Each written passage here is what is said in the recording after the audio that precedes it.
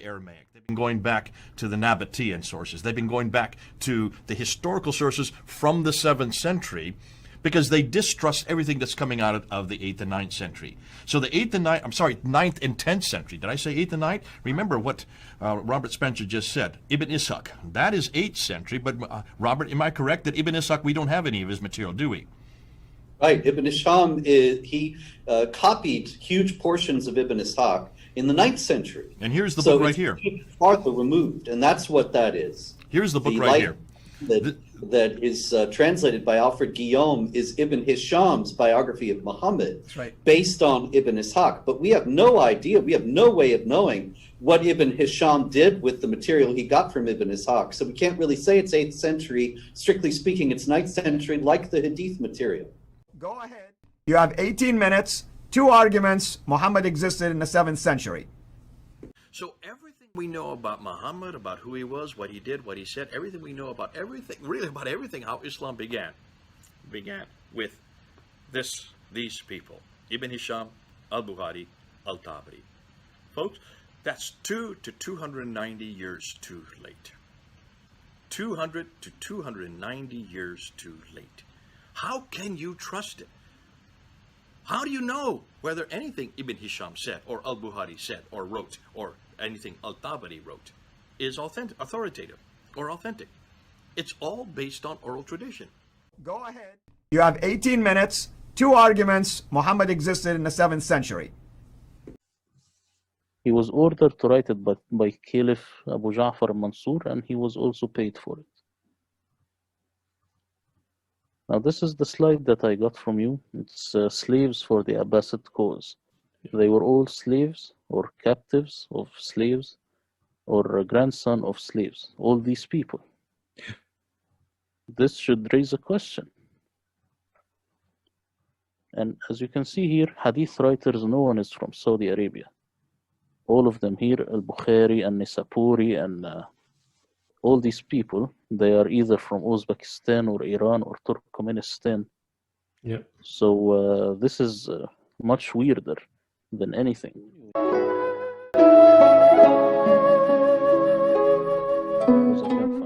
Now 756 to 758, as Chinese sources say, is the time where Al-Mansur, again, second Abbasid Caliph, was a caliph. It is also the same time frame in which he ordered Ibn Ishaq to write his biography of Muhammad for his son. Wow. Aina. But I did it.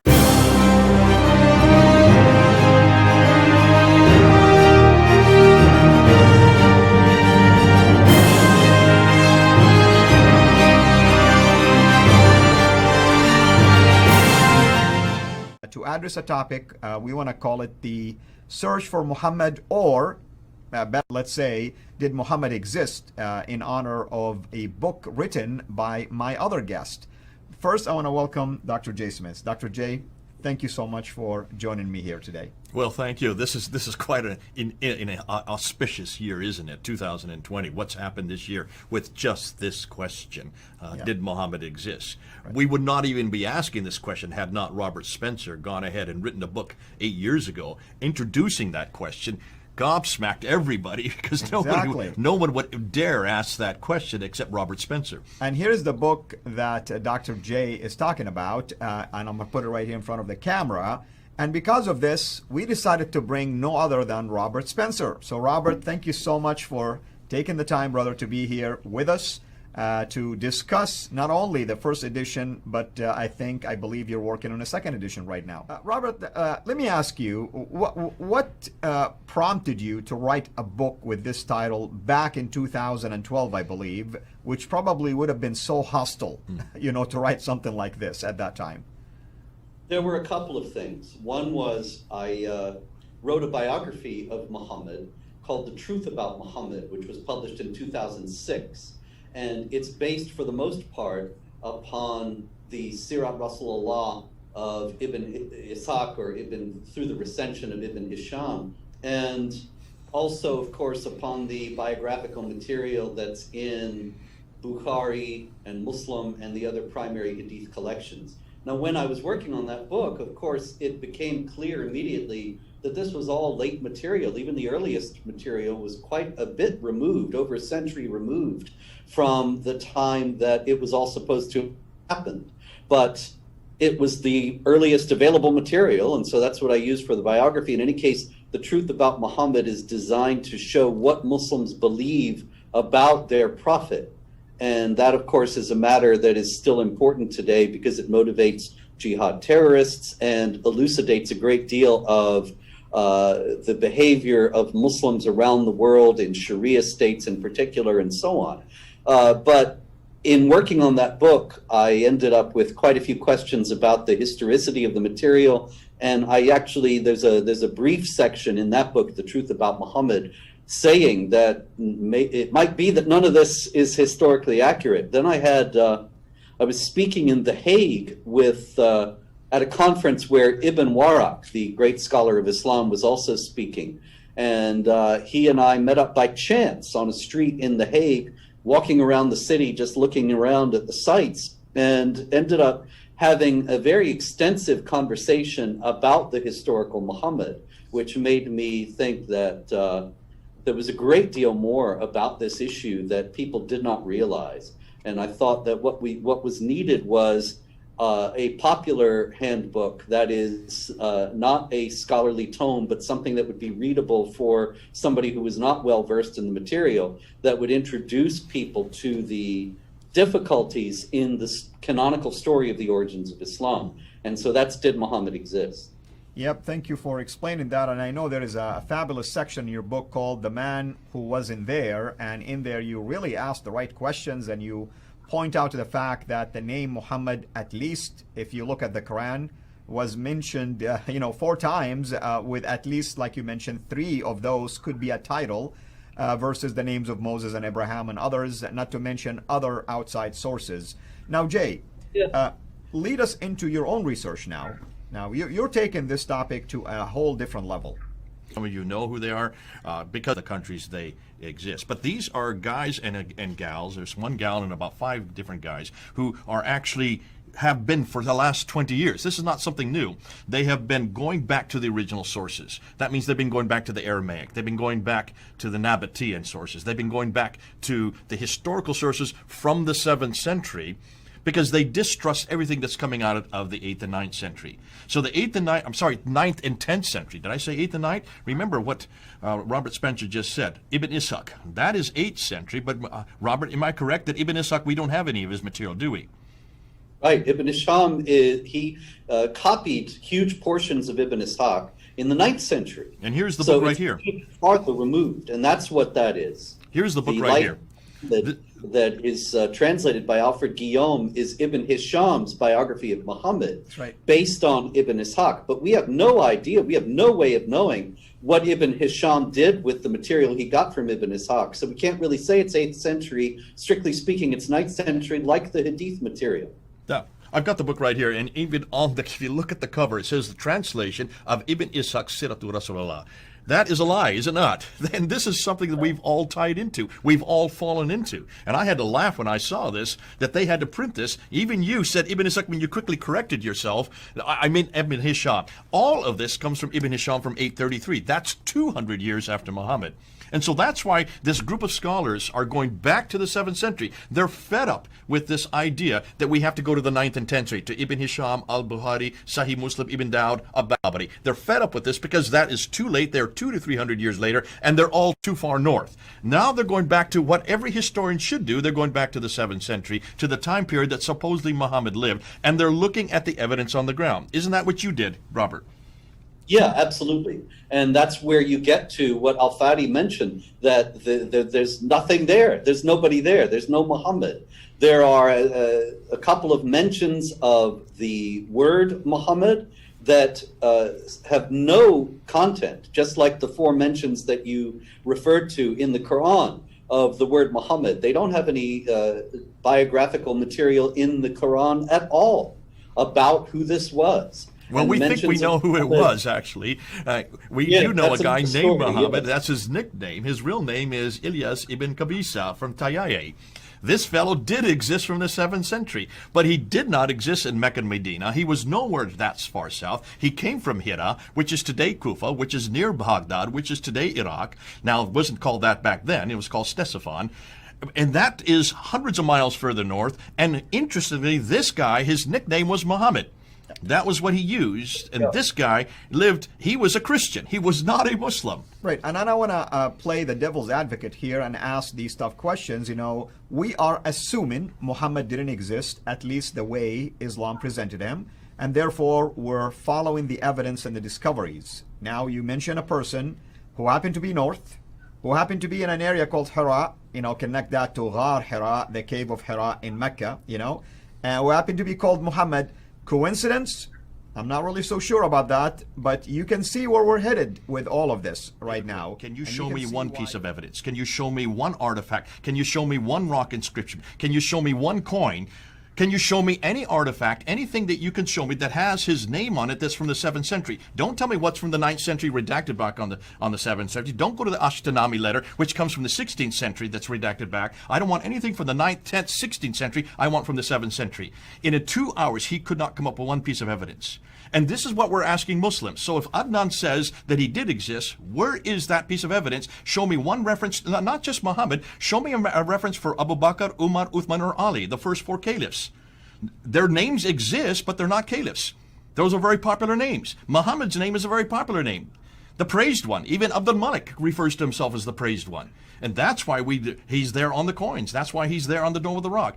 That's not what we're looking for. We're looking for a man named Muhammad who lived in Mecca and Medina, as the traditions tell us, who grew up in Mecca, was born in Mecca in 570, moved to Medina in 622. We want that Muhammad from the 9th century. Show us any reference to his name, any reference that he was the one that received a book called the Quran, any reference that he lived in a place called Mecca, even a reference for a city called Mecca from the 7th century, any reference that there is a people called Muslims, and any reference that there's a religion called Islam. Those 5 things from the 7th century. Show us an inscription. Show us a coin. Show us something from the 7th century. Otherwise, would you stop this idea that we're lying? We at least have the evidence. And remember, all the time we've always been said, and every time that I've done this debate, I did this debate right at the very beginning in 1995 with Dr. Jamal Badawi. His only comeback is, you're arguing from silence. Yeah. This is now 25 years later, and I'm saying, I'm not arguing from silence. I have the evidence. Where is your evidence? You are arguing from silence. Until you can show us this man, Muhammad, from the 7th century, everything you're going to throw at us is 200 to 300 and even 800 years later, and we're fed up. We're not going to listen to this anymore. We want something from the time that this man lived, from the place where he lived, and from the city where he lived. Until you can do that, we're not going to listen to you anymore, and we're going to now look and see what the evidence shows us. And this is why Robert Spencer's book coming out is going to do just that, because he's now updated it since 2012. Am I correct, Robert? You've now updated it. Tell us some things that you have updated. Give us a little precursor as to where you're going with this. And before even that, brother, I want to give people, what would they read, or what are the sections in that book that you feel like could be powerful, and then what are the updates? Well, for one thing, this is in the original book, I answered David Wood's argument. His primary argument in his debate with Jay just a few weeks ago, and his debate with me on this issue when the book first came out in 2012, his primary argument was the criterion of embarrassment, it's called. Right. And that is the idea that Muslims would not invent stories that make their prophet look bad if they're inventing the prophet for themselves. And that makes a lot of sense to people. And I find that that's their primary objection that they have to this. And the answer to it is, of course, that we are not in the same worldview that they had. We do not have that worldview today. And so a lot of the things that embarrass us today did not embarrass and would not embarrass the people who put these stories together. And so Muhammad's child bride, his marriage to his former daughter-in-law, the disgusting things like the semen stains on his clothes, all these things are designed to show his power, his strength, his virility. And they embarrass us, but they didn't embarrass the people of the time. And I could go on and on with examples of that kind of thing, but that in general demonstrates the hollowness of the argument, that really it's based on a kind of chronological snobbery, ethnocentrism of the timepiece, that David is bringing 21st century morals and Christian understanding of morality to the people who put this material together in the 9th century. And they had a very different way of looking at the world. New in the book this time are Dan Gibson's groundbreaking discoveries regarding the Qibla, the direction for prayer, showing that the earliest mosques faced Petra in Jordan and not Mecca at all. And this corresponds to Patricia Crona's determination back in the 70s that Mecca was not in Mecca, but was much farther north. That is the Mecca to which Muslims referred in the earliest days. Right. And the manuscripts also of the early Qurans. Actually, one of the impetuses that I had to write a revised and expanded edition of this book, besides all the discoveries that have been made, like the material around Petra, since I wrote the first edition, was primarily that people started writing me a few years ago when there were some manuscripts of the Quran, or purportedly of the Quran, discovered that were dated to between 570 and 645.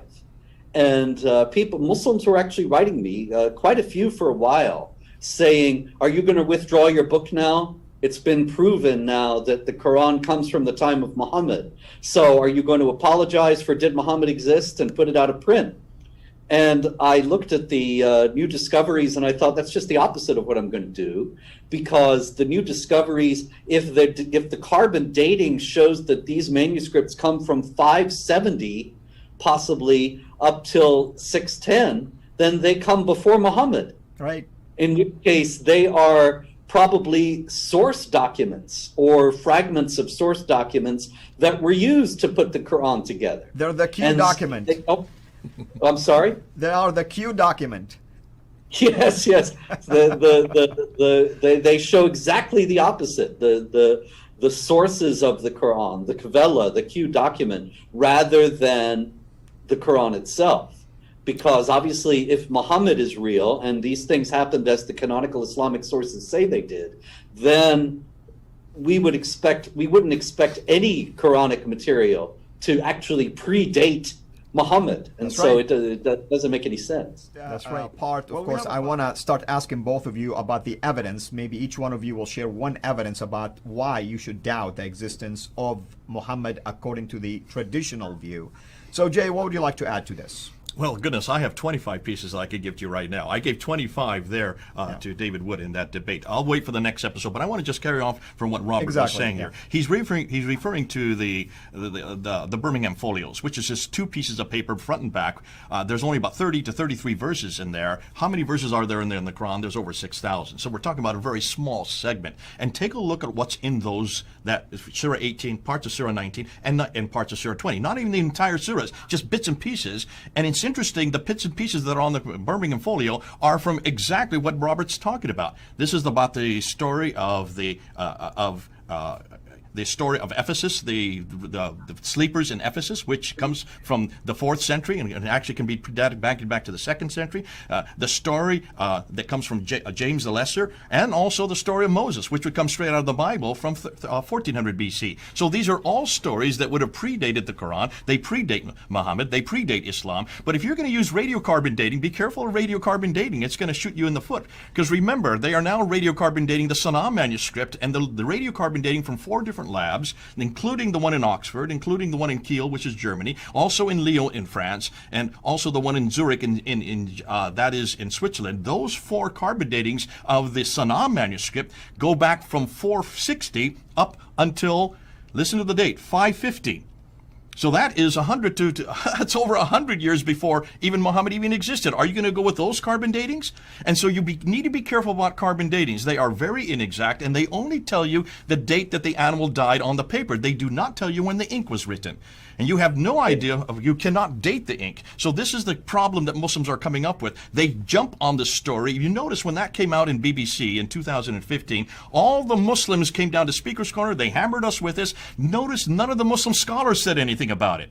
Because 568 to 645, that not only predates Muhammad's birth, as you're saying, the median date would be around 610. That would mean it's before the Quran was even starting to be introduced, because it's 610, so according to the traditions, that Muhammad started receiving his revelation. And if it ends, the latest date is 645. That's 7 years before Uthman finally wrote it down in his canonical form. So that predates even the canon of the Quran.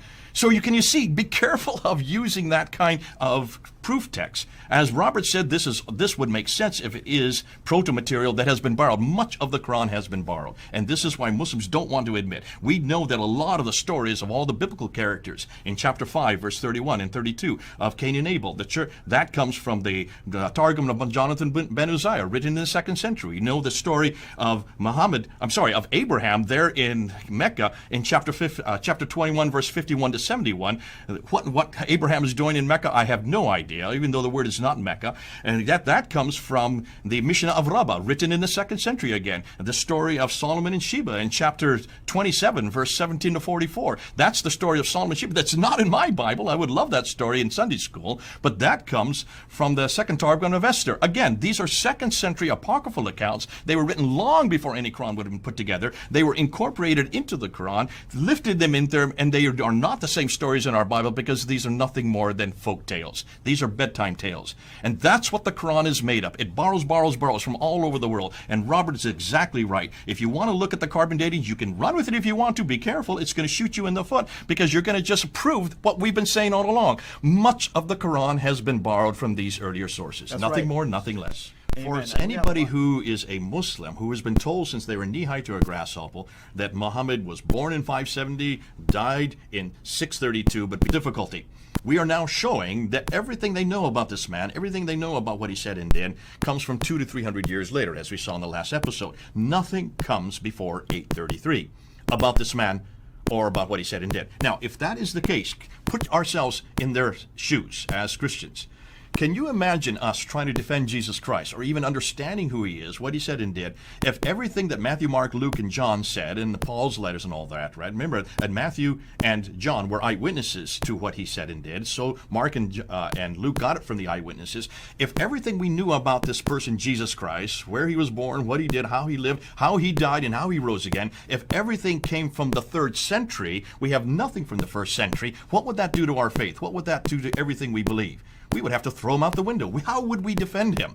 And yet we know there are lots of sources for Jesus Christ. We know that he is well written about, not just by the gospel writers. We know that we have hostile writings from historians like Thallus and Phlegon, who were referring to his death on the cross, and they mentioned about the fact that when he died, the earth shook and the sun went dark. They did that in 52 AD. Jesus died in 33 AD. These are Greek philosophers who are debating this 20 years after Christ's death. They had nothing to do with Christianity. They would be the last at all to admit or suggest that he didn't exist if he did. And then you have Tacitus, who is a Roman historian, who not only talks about the death of Jesus, he says it happened during under the auspices of Tiberius, under Pontius Pilate. So that's why we know it's 33 AD. He hated Christians. Why would he admit that something if he hated them so much? You have Josephus, who writes about it at the end of the 1st century, beginning of the 2nd century, about the death of Jesus. He's writing in Rome. So there you have Greek, you have Roman, and you have Jewish historians. They are not Christians, who are writing about the event and the person and also the death of Jesus Christ,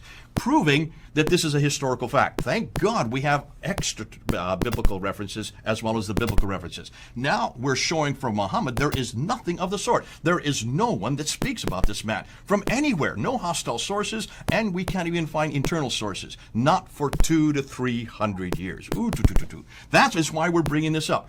I would destroy my faith, and I can see why Adad has had to go off. Yeah. Because how can you come back on that? Well, Adnan They came know back. about how Islam began, how the Quran was put together, who Muhammad was, what he said, what he did, where he went, all the things, all the stories surrounding him, all come from the Islamic traditions. And the Islamic traditions include the Sirah, which would be the biography of Muhammad, the Hadith, which would be the sayings of Muhammad, the Tafsir, which would be the commentaries on the Quran, and the Tariq, which would be the histories. And most people, when you hear them say this, you think, so all this stuff is coming from the time Muhammad died. Remember, there he is on the left. Muhammad died in 632. Uthman wrote the Quran in 652. That's the canonical text that we use today.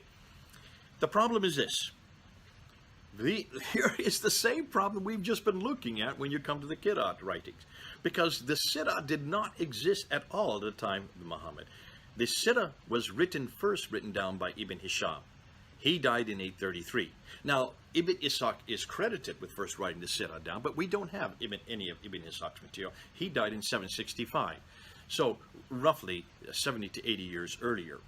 But we don't have his material at all. There's nothing there. We're only dependent on Ibn Hisham. So the earliest we can say is Ibn Hisham, because Ibn Hisham only retained what he wanted to throughout the rest. So really the only biography, the first written extant biography that we have today is Ibn Hisham.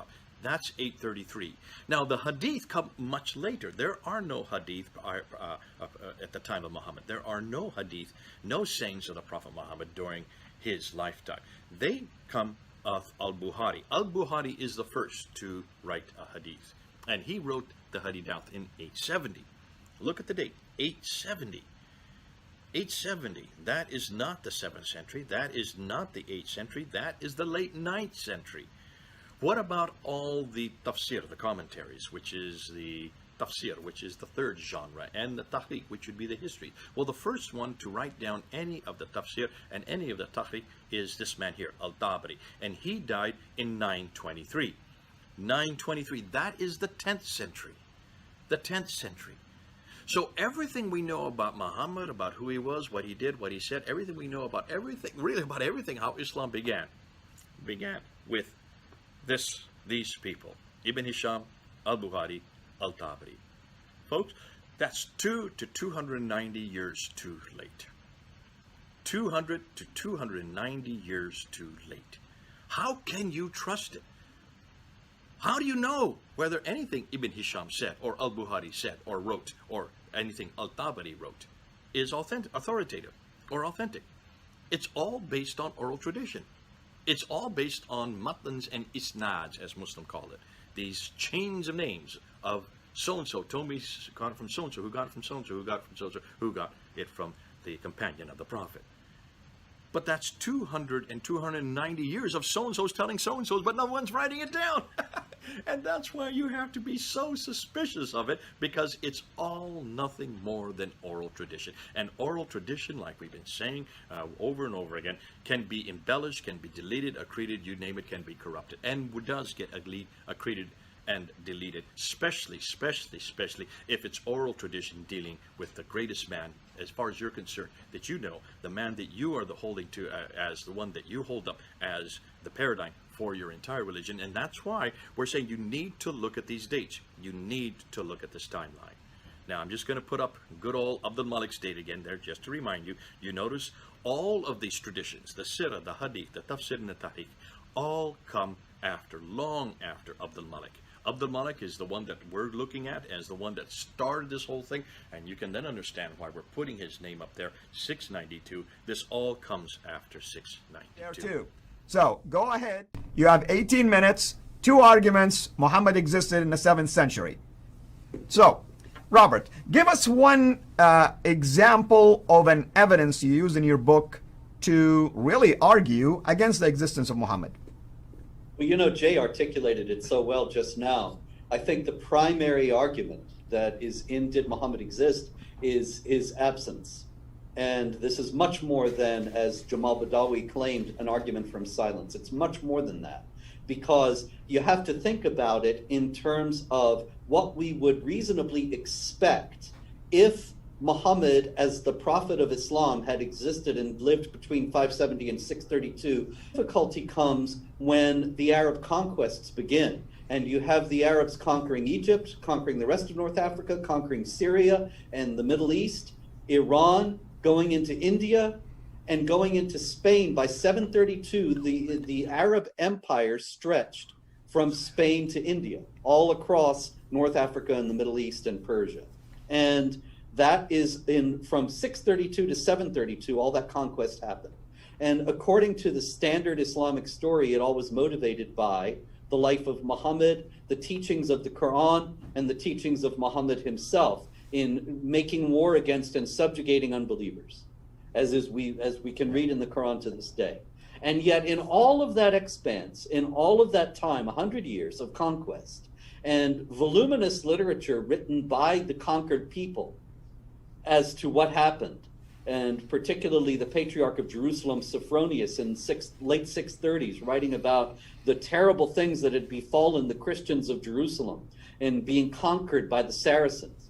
Nowhere does Sophronius or anybody else mention that these people said they had a new prophet or a new holy book or a new religion. Now that's extraordinary. If that's supposed to be the whole motivating impetus for all of this conquest, that they never meant, calls for an explanation. And the absence of Islam and the absence of Muhammad in the Quran in that context is particularly glaring and absolutely inexplicable if Muhammad actually existed. Two probably the best that we can go to, and I'm just going to go right back to the 7th century, and I'm going to go in and ask, what do we now have in the 7th century? We have coins and we have rock inscriptions. Those are brilliant because coins and rock inscriptions don't deteriorate, they don't disintegrate. They're as good today as the day they were minted before the coins and as they were chiseled for the rock inscriptions. When you look at the coins were being minted in Syria and they're being minted in Iran. So Syria in the west and Iran in the east. When you look at these two different mints, they're being minted in the 7th century. So they're being minted by if they were Muslims, they would now control those mints. Because remember, by the time Muawiyah comes to power, after the rightly guided caliph, all the way from Afghanistan in the east and all the way to Tripoli in the west was under their jurisdiction, which included these mints. Now, what is the first thing you do? If you were Abu Bakr or Umar or Uthman or Ali, the first thing you do as a caliph, you have to get your name out there, and you have mints. You are now you are creating new coins. These coins are being created the same time periods that they were reigning. The first thing you do is you put your name on that mint, and you put your face on that mint, and you put something about what religion you belong to. That's how you announce yourself to all your people, because you don't have newspapers, you don't have radio, you don't have internet, you don't have TV in the 7th century, but you do have coins. And so you then disperse those coins to the whole populace, so they now know who's now in charge across this whole swath of land. Those coins exist. We are looking at them. And in every one of those coins, there's an image. Now stop and think. Can any Muslim leader have an image of themselves on a coin? Absolutely not. That goes against the traditions. But whose name is on there? Abu Bakr's name, Uthman, Ali, any of these names? No, they are not in there. They are completely different names, and what's most important, those in the West, that's what's interesting, those in the West are all Christians. They are holding crosses. They have crosses above their heads. In the East, they're all Zoroastrian. That means that they have the fire altar on the back of the coins. Let's get to Muawiyah, because there we get a name that we recognize. Muawiyah comes to power in 661. He mints coins and he disperses them all over his empire. Muawiyah ibn Abi Sufyan. Right? There, you say it much better than I do. And there's the guy that we're looking at. I'll let you say it so I don't embarrass myself. I'll teach it for free. No worries. That's not going to cost him any coins on this. But here we go. He puts his image on it right there. And over in the West, his coins have crosses. In the East, his coins have fire altars, proving that he's basically placating the people from his different religion. But there's from his different areas of his reign. But there's nothing Islamic about any of these coins. And this continues all the way up until 680. And when the Marwanids come to power, and Marwan, whose son is Abdul Malik, he comes to power in 685, and it's not till 692 that the coins finally have anything to do with Islam. Now, some would say Zubair, who in 687 or 685, has one that's earlier. Nonetheless, it's under the auspices, under the authority of Abdul Malik. The earliest coin that we see as Islamic is not till 692. Muhammad died in 632. That's 60 years too late. So the coins, you just follow the sequence of the coins, and you can see the sequence. I don't have time to go into it, how they show that they are either Christians or they're Zoroastrian, but they are not Muslim. Now let's go to the rock inscriptions. All the rock inscriptions, 30,000 of them have been discovered. Almost all of them are in the north. None of them are from Mecca and Medina. And they're written in what we know as Nabatean Aramaic. They are not written in Sabaic, which is the Arabic that would have been used in Mecca and Medina, in the Hijaz. Isn't that interesting? They're written in this Nabatean Aramaic, and what's fascinating about it, Lindstedt, who has done a study looking from 640 up to 740, he noticed that all the coins prior to 690, again, that's Abdul Malik, anything before Abdul Malik, no reference anything about a man named Muhammad, no reference to any city called Mecca, no reference to any people called Muslims, no reference to a religion called Islam, and no reference to any Quranic material at all. From anything, all of these thousands upon thousands of inscriptions prior to 690. From 690 on, suddenly Muhammad's name starts to be introduced. Then you start to see these formulas. Then you start to see the word Muslim come in. Then you start to see by Islam. Finally, Muhammad takes on a character as a prophet in 730. 730, that's 100 years after Muhammad. And finally, you see from 730 on, he not only takes an image as a prophet, then you start getting these different practices like we know as the five practice, the prayers, and that's and also the Ramadan fast. That is introduced in 730 to 740. Look at the sequence on the inscriptions, look at the sequence on the coins, and you can see how Islam evolved and how Muhammad evolved. And that's why that is 7th century material that Muslims have not talked about, they have not gone to. I'm just giving you 2 of 25 that I could go to right now. But I think that will be enough because I see I'm going to run out of time. And also we have to remember that Muhammad said that Jesus, the prophet of Islam, Jesus, was going to come back and break the cross because the Quran says that Jesus was not killed or crucified. And it's an insult to Allah to say that one of his prophets would be crucified. So if Muawiyah is a pious Muslim and knows all this, then the last thing he would do is put a cross on the coins. Also, there are Islamic traditions that completely contradict the canonical account, and yet they're Islamic traditions, and this also has to be explained. For example, Abdul Malik is recorded as having said, I am afraid I'm going to die during Ramadan because I was born during Ramadan, I became caliph during Ramadan, and so I collected the Quran during Ramadan. Now, if Uthman collected the Quran 40 years before Abdul Malik, then why is Abdul Malik saying he collected the Quran? It would make sense if Abdul Malik actually collected the Quran or began to, and he attributes his work to Uthman to give it an air of age and authenticity. That's right, backward, going backwards. Right, but it wouldn't make any sense if everybody knew that Uthman had collected the Quran and the Muslims all had the Quran for 40 years before Abdul Malik. Why would Abdul Malik say such a thing? And it's the same thing in exactly the same way. There is another Islamic tradition in which an old man, an old Muslim says, we never read the Quran in the mosques until the time of Hajjaj ibn Yusuf, which is the same time as Abdul Malik. Exactly. Now, if the Quran was collected at the time of Uthman and distributed everywhere, then the Muslims had been reading the Quran for 40 years in the mosques before Hajjaj ibn Yusuf. But if the Quran just started to be compiled as the Quran from earlier existing material at the time of Abdul Malik and Hajjaj ibn Yusuf, then it would make perfect sense for this old man to say this. Right. And the thing was that it was retrojected back so as to make people accept it. And they couldn't propaganda. Before I respond to his points, we have to lay the foundation first. How did it happen? You see, back in the day, there was neither constitution nor laws. Religion was the glue that held an empire together. So for the Abbasids, the Quran was the constitution and the Hadith was the law. The laws have to be constitutional. An important step in what we are saying is paper. When was paper actually in the hands of the Muslims? Paper was used in Central Asia by 8th century, but its origin is not clear. According to 11th century historian Thalabi, Chinese prisoners captured at the Battle of Talas in 751 introduced paper. Now we don't know exactly if this is what happened, but we know that certainly it came into the Abbasid hands. It was not with the Umayyads. So you have paper during the Abbasid time. Now when you have paper, you have easier access to write what you want. You write propaganda.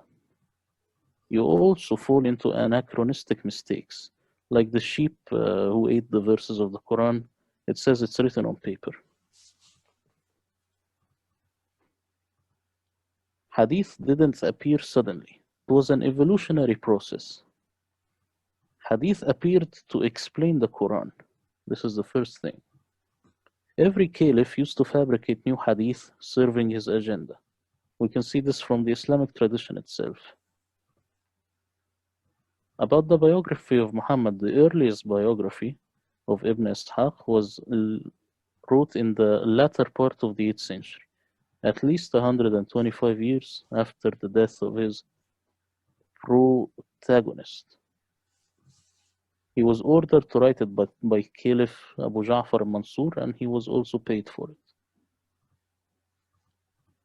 Now this is the slide that I got from you. It's slaves for the Abbasid cause. They were all slaves or captives of slaves or a grandson of slaves, all these people. This should raise a question. And as you can see here, hadith writers, no one is from Saudi Arabia. All of them here, al-Bukhari and Nisapuri and all these people, they are either from Uzbekistan or Iran or Turkmenistan. Yeah. So this is much weirder than anything. We have some hadith that was written by force. This is from Robert Spencer, the early Islamic scholar Muhammad ibn Shihab al-Zuhri, who died in 741, 60 years before the death of Malik ibn Anas, complained even in his day that amirs forced people to write hadith. Even the Caliph al-Mahdi was known as someone who fabricated hadith. And it's from Robert Spencer, Did Muhammad Exist? Now we have a Chinese source that states that in the years 756 to 758, the Tashi emissaries changed their story, suggesting a new regime change, which would be just after the Abbasids' overthrow of the Umayyads and take over, and that the new diplomats tried to subliminate everything which had gone before. And I remember that this source, I need someone to put this source complete in the comments. I would be very grateful.